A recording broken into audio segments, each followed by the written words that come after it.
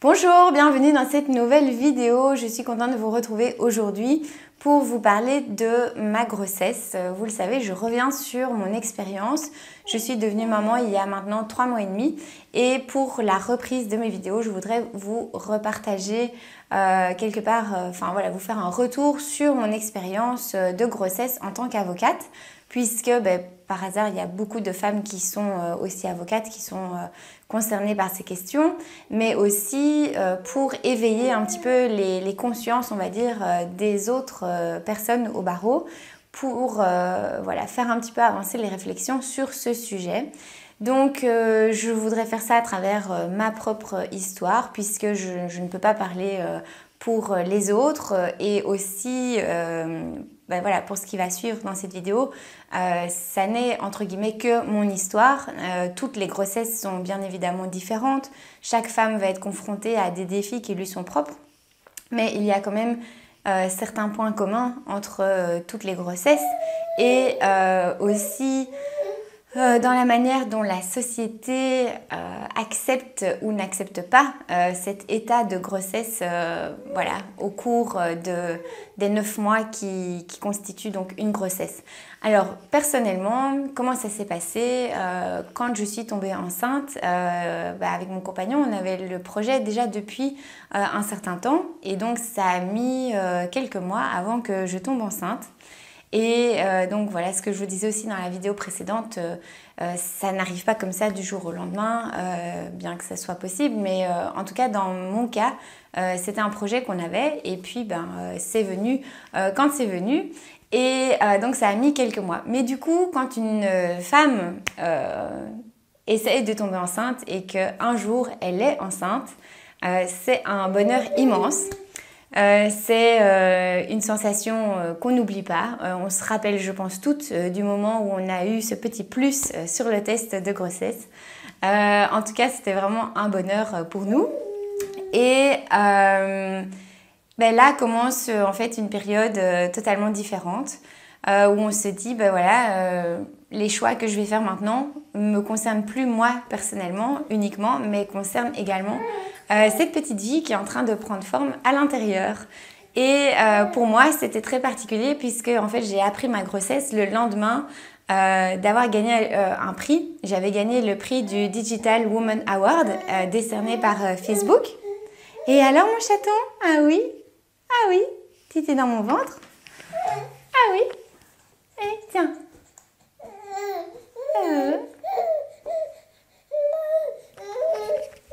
Tu veux venir avec maman? Bon, je vais continuer la vidéo avec Victoria sur mes genoux, comme ça elle ne fait plus de bruit juste en dessous sans qu'elle soit sur l'image. Mais donc voilà, ce que je vous disais, c'est que j'ai appris ma grossesse le lendemain d'avoir gagné le prix de la Digital Woman Award décerné par Facebook et le B19. Et c'était très particulier pour moi parce que d'un coup, je passais de avocate qui gagne des prix à future maman qui va devoir faire l'impasse sur plein de choses, dont notamment les événements dans lesquels on sert quand même très souvent une petite coupette, les événements en soirée, les événements on va dire plutôt festifs, tout ça du jour au lendemain, ça passait un petit peu au second plan, puisque aussi quand on tombe enceinte, mais par exemple ça moi je ne le savais pas du tout, on est accablé par la fatigue et personnellement ça m'a vraiment mis KO. Le premier trimestre j'étais excessivement fatiguée. J'avais des audiences le matin, je rentrais chez moi l'après-midi pour dormir et je pouvais dormir 2-3 heures tous les après-midi tellement j'étais fatiguée et puis je reprenais le travail. Et là je me suis dit c'est quand même bien d'être à son compte, on peut être flexible, on peut travailler selon les horaires qui nous arrangent, on peut se rattraper le soir si on a fait une sieste l'après-midi.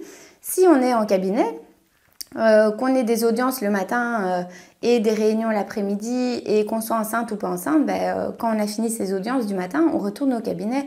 Pas question d'aller dormir chez soi pendant 3 heures. Et ça, je trouve que c'est très difficile parce que pendant le premier trimestre, personne n'est au courant qu'on est enceinte. Et bien souvent, on ne veut pas le dire parce que la grossesse est très fragile. Donc au début, quand on est enceinte, on ne le dit à personne puisque la grossesse peut être quand même très fragile. Il y a quand même un gros risque de fausse couche. Voilà, chez certaines femmes, le risque est plus grand que chez d'autres. Par exemple, moi, dans mon cas, il y avait vraiment un gros risque de fausse couche. Et ma gynécologue m'avait dit vraiment, Alexiane, repose-toi, ménage-toi parce que ici, c'est quand même très fragile et il ne faut pas s'emballer trop vite. Oui, c'est facile de dire ça, ne pas s'emballer trop vite. Quand on est déjà enceinte de 6-7 semaines et qu'on a ce projet depuis un certain temps, on a envie de s'emballer.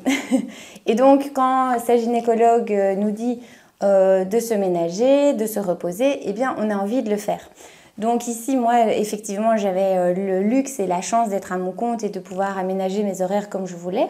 Mais si vous travaillez dans un cabinet, si vous avez des collaboratrices, mettez-vous aussi un petit peu à leur place. C'est possible qu'elles soient dans cette situation et qu'elles aient besoin à un certain moment d'un peu de repos, d'un peu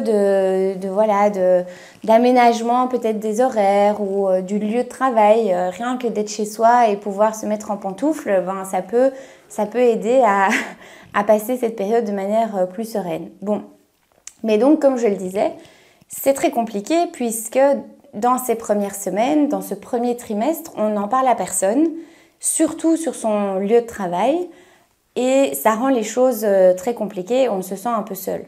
Il y a aussi des femmes qui ont énormément de nausées, qui vomissent aussi beaucoup pendant ce premier trimestre. Moi, personnellement, j'avais ce que j'appelais la permagerbe. J'avais envie de vomir en permanence. Ça ne passait pas. Donc, je prenais des petits cachets de gingembre pour faire passer cette sensation de nausée. Mais encore une fois, c'est quelque chose dont personne ne peut se rendre compte et on veut garder sa grossesse secrète à ce moment-là.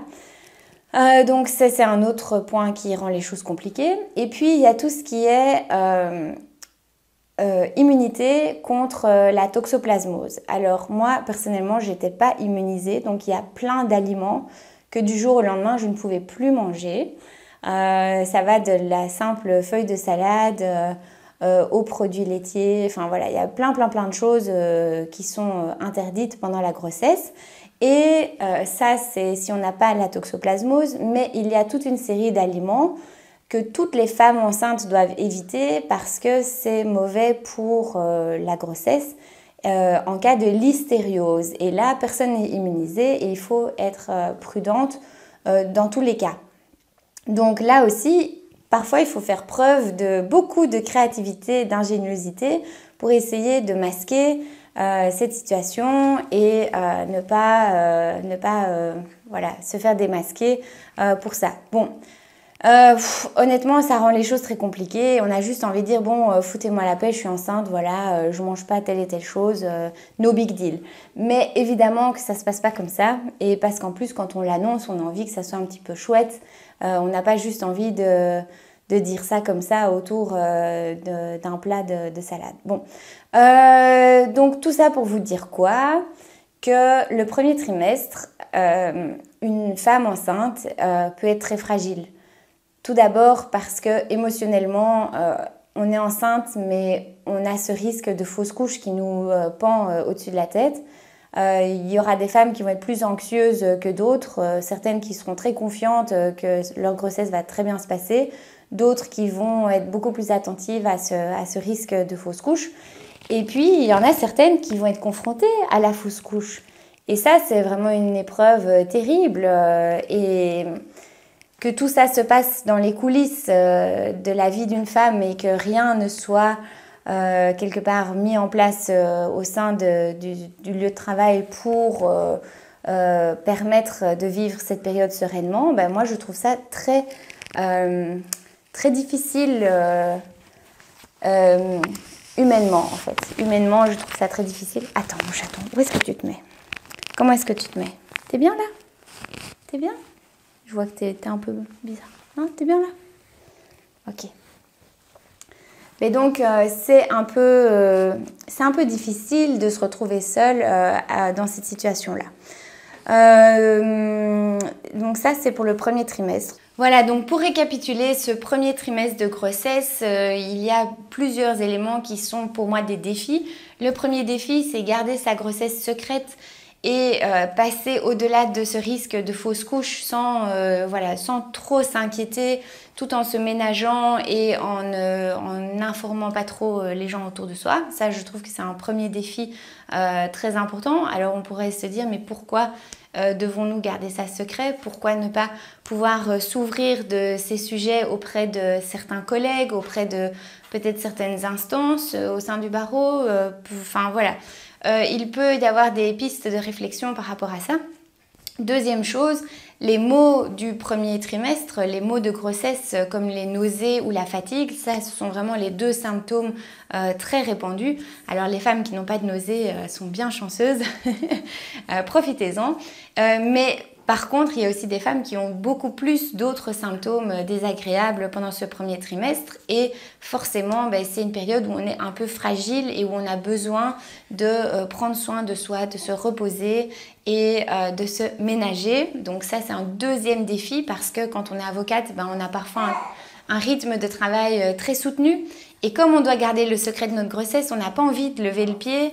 Et donc voilà, c'est un peu un engrenage, parfois un peu un cercle vicieux qui se met en place à ce moment-là. Et aussi, on veut faire les superwomen qui arriveront à tout mener de front. Mais voilà, parfois on a quand même besoin de plus se ménager. Et puis le troisième point, c'est cette histoire d'alimentation avec les allergies alimentaires, mais aussi avec l'alcool social, on va dire, dans notre profession. Pour peu qu'on soit invité à un cocktail, à une réception. Voilà, récemment, c'était les élections du bâtonnier. Bon, cette année, il y avait le Covid, donc on n'a pas pu, mais bien souvent, c'est l'occasion de rencontrer des confrères autour d'une petite coupette. Bon, tout ça fait que ça rend le premier trimestre bien compliqué à des égards. Et sujet aussi à certaines réflexions un peu déplacées dont on se passerait bien. Au lieu en fait d'avoir du soutien et un cadre bienveillant et entourant autour de cette période pendant laquelle les femmes enceintes sont quand même assez fragiles et voilà, qui gagneraient à être cocoonées et entourées. Donc dans cette vidéo, bien évidemment, je ne veux juger de personne, hein. Chacun agit comme il veut, chacun gère aussi son cabinet comme il veut, chacun gère sa carrière comme il veut. Bon, simplement je voulais partager mon témoignage pour essayer d'ouvrir des pistes de réflexion, de voir un petit peu qu'est-ce qu'on pourrait mettre en place pour justement avoir cet espace de bienveillance pendant cette période si particulière. Et encore une fois, je trouve que les femmes sont assez vouées à elles-mêmes par rapport à cette période du premier trimestre. Encore une fois, personnellement, j'avais la chance d'être à mon compte, de n'avoir de compte à rendre à personne par rapport à tout ça et de pouvoir vivre ma grossesse très sereinement et de entre guillemets, vaincre tous ces obstacles-là. Mais je sais aussi que ce n'est pas le cas de toutes les avocates, donc voilà, si vous êtes confronté à ces questions, moi je serais ravie d'en discuter avec vous et de voir justement collectivement ce qu'on pourrait mettre en place. Est-ce qu'il y a peut-être des propositions à faire au barreau, s'il y a des interrogations, s'il y a aussi d'autres retours d'expérience, si c'est positif ou si vous êtes ouverte à partager votre propre expérience, vous pouvez laisser des commentaires sous cette vidéo. C'est un bon espace justement de débat. Dans la prochaine vidéo, je vous parlerai des défis que j'ai rencontrés lors de mon deuxième trimestre de grossesse. Et puis d'ici là, portez-vous bien. Je vous souhaite tout le meilleur aussi encore dans cette période de Covid et de pandémie. Donc je vous retrouve dans la prochaine vidéo. D'ici là, likez celle-ci, partagez-la autour de vous et puis n'hésitez pas à réagir dans les commentaires. Moi je vous dis à très vite pour la prochaine vidéo. À bientôt.